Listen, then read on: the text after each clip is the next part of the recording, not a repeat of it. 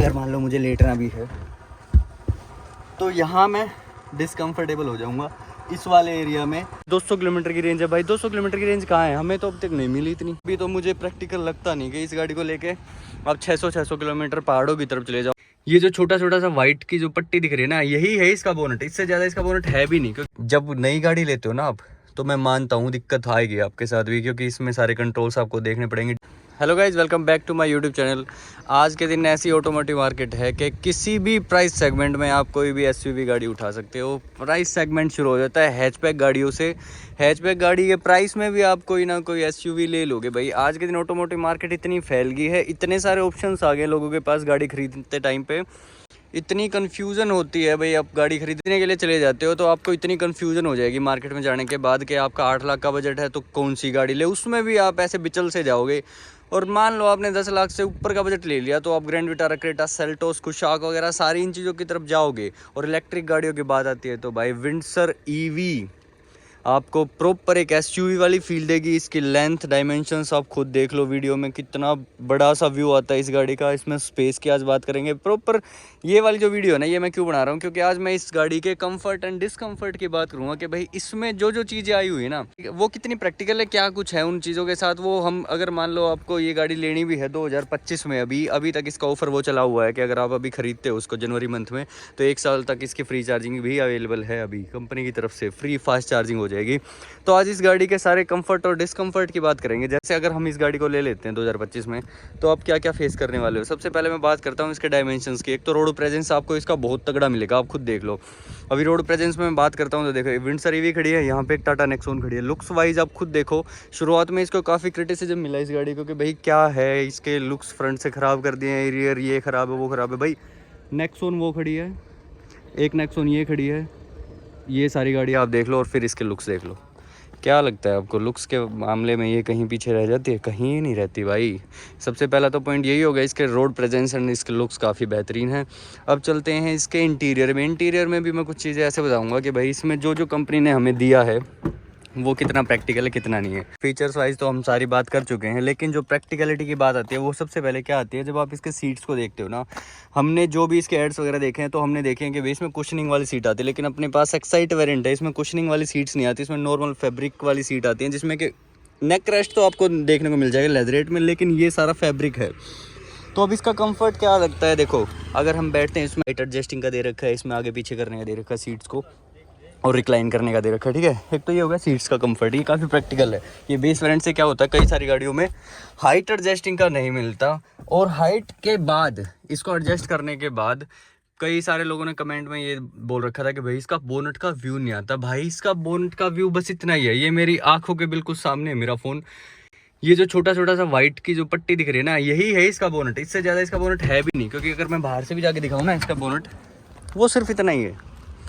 तो भाई हमें बोनट का व्यू जब चाहिए होता है कि जब बोनट काफ़ी बाहर तक फैला हुआ हो, और जब उसका ये होता है कि भाई हम कहीं किसी के सहारे से निकाले गाड़ी तो भिड़ ना जाए।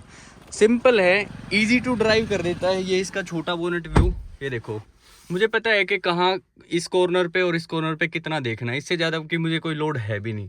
अब जो नई चीज़ आती है वो ये आती है कि लोग बोल रहे थे कि इस गाड़ी के साथ मेन प्रॉब्लम ये है कि इसके मोस्टली कंट्रोल्स स्क्रीन में दे रखे हैं, तो ड्राइवर के लिए अनकंफर्टेबल हो जाता है गाड़ी ड्राइव करते टाइम पे। ये सारा कुछ कंट्रोल करना है, एसी वगैरह है, म्यूजिक के कंट्रोल्स हैं, इवन बहुत सारे हैं इसमें। तो क्रूज कंट्रोल या स्पोर्ट्स इको मोड वगैरह सब कुछ इसी में दे रखा है। ठीक है, वेदर को कंट्रोल करने के लिए भी आ जाते हैं इसमें ऑप्शंस। लेकिन भाई जब नई गाड़ी लेते हो ना आप, तो मैं मानता हूँ दिक्कत आएगी आपके साथ भी, क्योंकि इसमें सारे कंट्रोल्स आपको देखने पड़ेंगे। TPMS वगैरह का भी इसी में दे रखा है।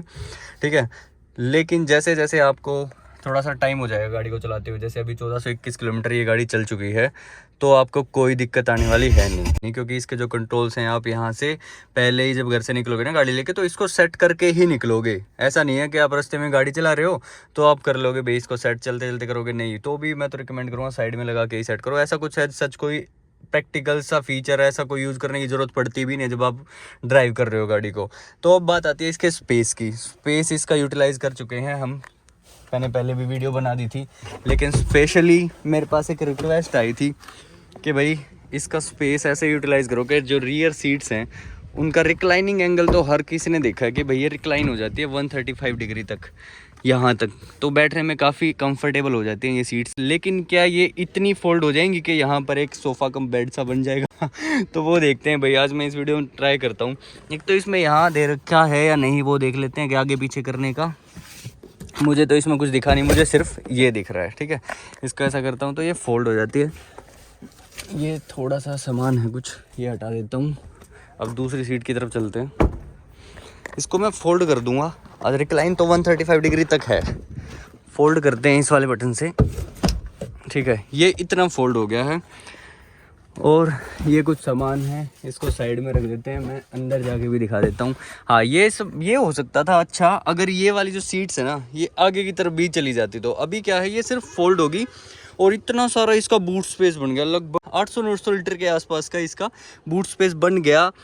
लेकिन भाई अगर वो बात आती है ना कि आप इसमें बैठते हो या लेटते हो पीछे के साइड, अगर आप किसी लॉन्ग ट्रिप पे गए हो 2 बंदे, तो आप कितना ही सामान रख लो भाई गाड़ी में, कोई कमी आएगी नहीं स्पेस वाइज। ये देखो, स्पेस की तो कोई कमी नहीं है। लेकिन अगर मैं इसके अंदर जाऊँ ना, अगर मान लो मुझे लेटना भी है, तो यहाँ मैं डिसकम्फर्टेबल हो जाऊँगा इस वाले एरिया में। तो इसमें क्या होगा कि यहाँ अगर मेरा कोई नेक रेस्ट है ही नहीं तो मैं दुखी हो जाऊँगा। और अगर मैं लेट गया ऐसे तो मेरे सिर्फ टांगे भी बाहर जा रही है और मेरा जो है नेक यहाँ पे रखा नहीं जा रहा अच्छे से। हाँ, लेकिन अगर ये वाला जो एरिया फिल हो जाए ना, ये वाला एरिया, कोई और चीज़ कुछ लगा दे इसमें, क्या पता आज नहीं तो कल कुछ ना कुछ इसका एसेसरी में आ ही जाएगा, क्योंकि हर गाड़ी के पास आ ही जाता है। और करोल बाग वगैरह में तो लोग बैठेंगे ये सारे काम करने के लिए। मैं उठा देता हूँ इसको। उठती तो नॉर्मल इतनी है, इससे पीछे अगर करना है ना तो इसको बटन के साथ ही प्रेस करना पड़ेगा अच्छे से।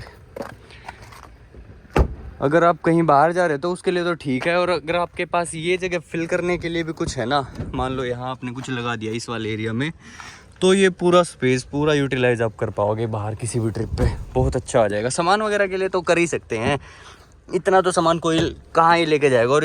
और इस गाड़ी को लेके ट्रिप पे तो निकलेंगे नहीं लोग के भाई आपने कोई ट्रैकिंग वगैरह करनी है, इसी में रहना है गाड़ी में, तो वो तो भाई अभी तो मुझे प्रैक्टिकल लगता नहीं कि इस गाड़ी को लेके आप 600 किलोमीटर पहाड़ों की तरफ चले जाओ। हाँ, लेकिन फ्लैट रोड जैसे जयपुर हाईवे हो, पहाड़ों को छोड़ के किसी भी रोड पे चले जाओ, चार्जिंग स्टेशन तो काफ़ी आपको मिल ही जाएंगे, वहाँ तो है ये प्रैक्टिकल। वैसे पहाड़ों के लिए तो मुझे लगता नहीं, और ना अभी तक कोई मैंने यूट्यूब पे वीडियो देखी जो इस गाड़ी को लेके पहाड़ों पे गया, क्योंकि यार इसकी रेंज 38 किलोवाट की बैटरी के साथ इनफ दे रखी है। अगर आप इसको स्पोर्ट्स मोड में भी चलाते हो ना, आराम से 250 किलोमीटर के आसपास ये गाड़ी निकाल देगी आराम से। जो लोग इसको क्रिटिसाइज़ करते हैं 200 किलोमीटर की रेंज है, भाई 200 किलोमीटर की रेंज कहाँ है? हमें तो अब तक नहीं मिली, इतनी ज़्यादा ही मिल रही है अभी तक तो इसकी रेंज। तो एक तो ये स्पेशल वीडियो इसी के लिए थी कि भाई इसके जो प्रैक्टिकल फीचर्स है ना, जैसे सीट्स का हो गया, कंफर्ट हो गया इसका, और फ्रंट का बोनट भी हो गया, मेरे पास यही आए थे। और लो मेंटेनेंस है भाई इस गाड़ी की। अभी तक तो इसकी फर्स्ट सर्विस हुई है 1000 किलोमीटर पे, 0 रुपये लगे थे। और जो मैंने नेक्स्ट सर्विस की भी बात करी थी ना कंपनी में, उन्होंने बोला था 2900 के आसपास का इसका बिल आएगा, जो 5000 पे इसकी सर्विस होनी है। अब मुझे ये नहीं पता है कि कितना सच्चा कितना झूठ है, वो तो जब गाड़ी की सर्विस होगी तभी पता चलेगा। लेकिन हर शहर में इसके सर्विस सेंटर हैं। तो MG विंडसर काफ़ी किफ़ायती, प्रैक्टिकल, बहुत लग्जरी इस सेगमेंट में मुझे गाड़ी लगती है। और जो इसका प्राइस रेंज दे रखा है उसके साथ इसकी बैटरी किलोवाट और इसकी रेंज भाई काफ़ी है इस गाड़ी का। हाँ, इस गाड़ी में आपको स्पेयर व्हील देखने को नहीं मिलता, क्योंकि स्पेयर व्हील के जगह पे ना क्या है कि वो एसेसरी का पार्ट दे दिया। तो स्पेयर व्हील अगर आपको चाहिए इसका तो एज एन एसेसरी ही लेना पड़ेगा। लेकिन तब तक जब आप उसको नहीं ले लेते ना, तो आप यहाँ पे इसके इस बूट स्पेस को भी यूटिलाइज़ कर सकते हो। वैसे तो इसका था ही 300-350 लीटर से तो ज़्यादा ही था, और सीट फोल्ड करने के बाद तो 1000 लीटर के आसपास हो जाता है। प्लस में इसमें एक्स्ट्रा स्पेस आपको यहाँ भी देखने को मिल जाएगा। भाई कितना ज़्यादा स्पेस है इस गाड़ी में। लेकिन एक चीज़ हो सकती है, जैसे फ्रंट में इलेक्ट्रिक गाड़ियों में ना फ्रंक होता है, उसमें थोड़ा स्पेस मिलता है। लेकिन इस गाड़ी का बोनट आप खुद देख सकते हो, छोटा है, तो इसमें वो वाला स्पेस नहीं मिलता। अगर आप इसको ओपन करते हो डायरेक्ट, तो आपको इसमें सिर्फ इसकी डायरेक्ट मोटर दिखेगी। ये इतना व्यू है फ्रंट का, फ्रंट वाला सीन नहीं है इसमें, डायरेक्ट फिर मोटर है। AC इस गाड़ी का ऐसा भाई यूटिलाइज कर नहीं पाए उस तरीके का, क्योंकि ऑलरेडी सर्दियों का मौसम चला हुआ है। सर्दियों में ही गाड़ी खरीदी थी दिसंबर में, गर्मी आएंगी तब इसका AC पता चलेगा। बाकी जो इससे ऊपर वाले वेरिएंट्स है ना, जिसमें पूरा वो मून रूफ दे रखा है, उसमें हीटिंग की प्रॉब्लम आ सकती है। ये तो हमें कंपनी वालों ने भी बता दिया था, क्योंकि वो मून रूफ ऐसा है ना, तो आप उसको खोल सकते हैं, सिर्फ उसका जो कर्टेन है वो हटा सकते हो, उसके बाद सिर्फ वो ग्लास रह जाता है। ग्लास तो हीट पकड़ेगा ही भाई, तो इसका एसी वहाँ में भी ना करे काम, लेकिन इसका तो प्रॉपर करना ही चाहिए, क्योंकि एक तो इसमें नॉइज कैंसिलेशन काफ़ी अच्छा है इस वाली गाड़ी में। जैसे अभी हम बाहर बैठे हैं, साइड से थार भी गई है, पूरा शोर कर रही है, वो मॉडिफाइड थार है, ऐसा कुछ अंदर कोई शोर आया नहीं है। तो भाई नॉइज़ कैंसिलेशन अच्छा है इसका। एसी भी सर्दियों में तो मैं क्या ही बोलूँ, मैं झूठ नहीं बोलना चाहता कि भाई ठंड तो है ही ऑलरेडी, तो इसमें एसी का तो क्या ही काम है, बस इसको इसलिए चलाते हैं जब यहाँ फॉग वगैरह जम जाती है। ऐसा कूलिंग लेने के लिए ऐसा कोई यूज़ हमने किया नहीं है अभी तक एसी का। तो भाई प्रैक्टिकल है, पूरी गाड़ी अफोर्डेबल प्राइस में इतनी अच्छी रेंज के साथ कोई गाड़ी प्रोवाइड करवाएगी नहीं आपको ये सब। इस प्राइस सेगमेंट की अगर मैं बात करूँ तो क्रेटा सेल्टोस से लंबी गाड़ी लगती है, देखने में ऊँची गाड़ी लगती है। 183 इसका ग्राउंड क्लियरेंस है, लेकिन स्टिल आप देख सकते हो इस गाड़ी के डायमेंशंस काफ़ी ह्यूज हैं। और भाई अगर अभी आपका बजट बन रहा है ना इस गाड़ी को लेने का, तो भाई ले लो, क्योंकि इसके बाद की जो स्कीम्स है ना कंपनी का कुछ नहीं पता कि कब हटा दे, क्योंकि इतनी ज़्यादा बिकने वाली गाड़ी MG की है। ये सबसे ज़्यादा बिक रही है आज के दिन MG की विंडसर। लोग बड़े सेगमेंट्स में जाते हैं क्रेटा सेल्टोस वाले में, तो लोग इसको भी एक बार कंसिडर करते हैं, तो इसको लेके ही आ रहे हैं लोग। और इस पर वेटिंग भी बढ़ने वाली है, अभी तो साथ साथ भी दे रहे हैं, हमें तो नेक्स्ट डे ही मिल गई थी, वैसे सेम डे ही मिलने वाली थी, कुछ इशू आ गया था।